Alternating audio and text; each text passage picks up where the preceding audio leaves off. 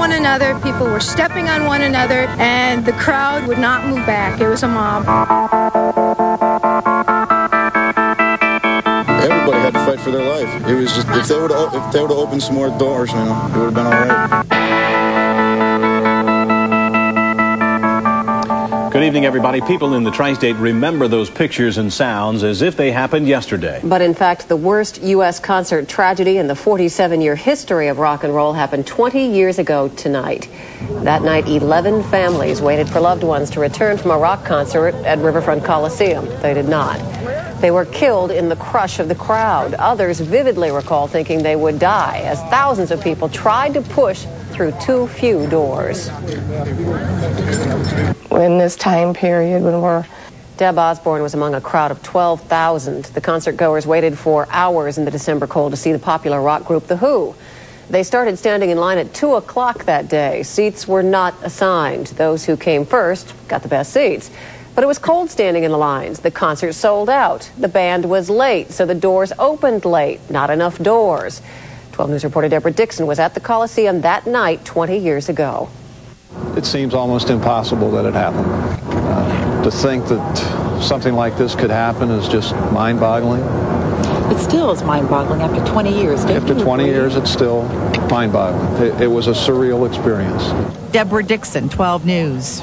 In the days after the tragedy, finger-pointing moved from rock fans to the concert promoter, Coliseum operators, even the band. 12 News troubleshooter Howard Ain was at the Coliseum that night and spoke with members of The Who after the concert. And Howard, I understand you waited through the night and talked to them the next morning, actually. Yeah, right? In fact, we got an exclusive interview just hours after the show. The band members literally poured their hearts out to me, appearing emotional and spent. We talked in their hotel room. Lead singer Roger Daltrey told me he knew nothing of the tragedy until... We came off stage and we were asked to do a short encore because there were problems. That's all we were told. And then Bill told us when we came off, when we finished. And I mean, we just shattered. Why were all but a few of these doors locked so few people could get in? It's a question many are asking, including the rock group they all came to see, The Who.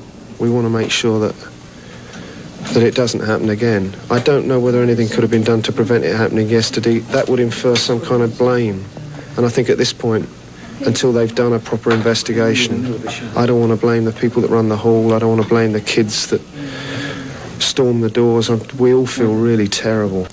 It was a terrible, unforgettable night. Fortunately, just as the band wanted, there has been some positive that's happened. Festival seating has now been banned here and in many other cities, so hopefully this will never happen again. The band seemed really moved by it. Oh, they were. I mean, it really was incredible. You know, they said to me, we want to tell you, we never would have gone on that night had they told us. We did not know. We did not. At the end of the show, they said, you go on for a very brief encore. Keep it brief. They didn't tell us why. They just said a brief encore. And then we got off, and then they told us why, and we were devastated. Yeah. And we heard from the Cincinnati police in earlier broadcasts who said that they didn't want to stop the concert for fear of another riot. There would have been, too. Yes. I mean, people were so anxious waiting all day to see them, there would have been a riot That's if they right. hadn't performed. And because those people didn't realize. That's right. They were even crowding in because they heard the band check, the sound check at the beginning. So they did the right thing. There's no question about it. And the band members did tell me that it was good that they did not know, because they couldn't have gone on. Could not have gone on. All right, Howard. Thanks very much. Right. Well, despite a ban in Cincinnati of festival seating, there's no guarantee that history won't repeat itself elsewhere. That's because to this day, there is no nationwide regulation of concerts. In the 1980s, shows by Judas Priest, Ozzy Osbourne, and Public Enemy left death in their wakes. And in the 1990s, festival seating returned in some cities, though not Cincinnati, of course. Also, moshing became popular. That's when people run and bump into each other in a crowd during a concert. Only a few months ago, the crowd at the Woodstock 99 Rock Festival turned violent. No one was killed, but up to 10,000 people were treated by first aid staffers during the two-day festival. Tonight at the former Riverfront Coliseum, now First Star Center, the rock band Fish will play. The concert begins about an hour from now. You're looking at a live picture from First Star Center. Concert goers in Cincinnati have assigned seats, and there are more doors open to let them in. Some of the most recent safety changes happened just 3 years ago. At tonight's concert, they will have 50 ushers, more than double the number required by the city code.